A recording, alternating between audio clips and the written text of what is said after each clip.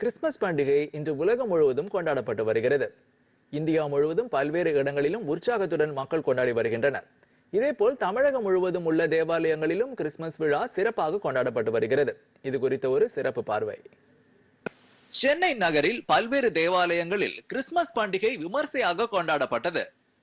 சென்னையின் பழமையான தேவாலயங்களில் ஒன்றான சாந்தோம் பேராலயத்தில் கிறிஸ்துமஸ் தினத்தையொட்டி நடைபெற்ற சிறப்பு பிரார்த்தனையில் சென்னை மயிலை மறை மாவட்டத்தின் பேராயர் ஜார்ஜ் அந்தோணிசாமி திருப்பலியை தலைமையேற்று நடத்தினார்.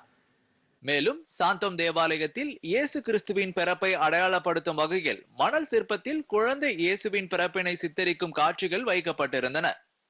பின்னர் செய்தியாளர்களிடம் பேசிய மயிலை மறை மாவட்ட பேராயர் ஜார்ஜ் அந்தோணிசாமி, இந்த கிறிஸ்துமஸ் திருநாளில் அனைவரும் அன்பும் அமைதியும் பெற வேண்டும் என்றும், இயற்கையை நாம் நேசித்தால்தான் நம்மை இயற்கை நேசிக்கும் என்றும் தெரிவித்தார்.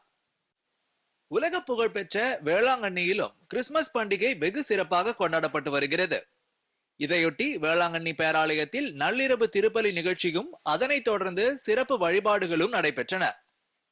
வேளாங்கண்ணி தேவாலய பகுதிகள் முழுவதும் மின்னொளியால் அலங்கரிக்கப்பட்டு ஜொலித்தன.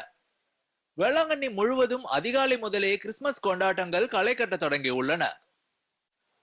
தூத்துக்குடியில் உள்ள பனிமய மாதா தேவாலயத்தில் கிறிஸ்துமஸ் விழாவையொட்டி சிறப்பு திருப்பலி மற்றும் பிரார்த்தனை நடைபெற்றது.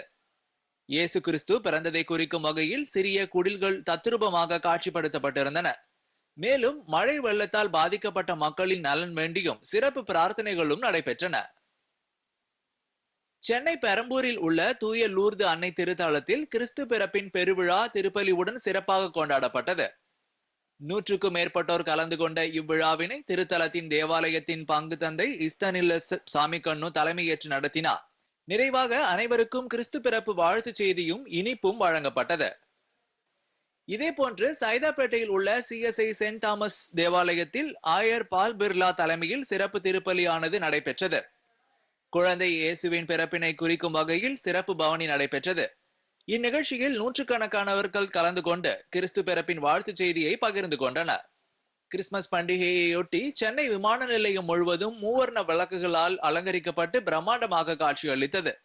விமான நிலையத்திற்கு வந்த பயணிகள் இரவில் வண்ண விளக்குகளால் ஒளிரும் விமான நிலையத்தை பார்த்து புகைப்படங்கள் எடுத்து மகிழ்ந்தனர்.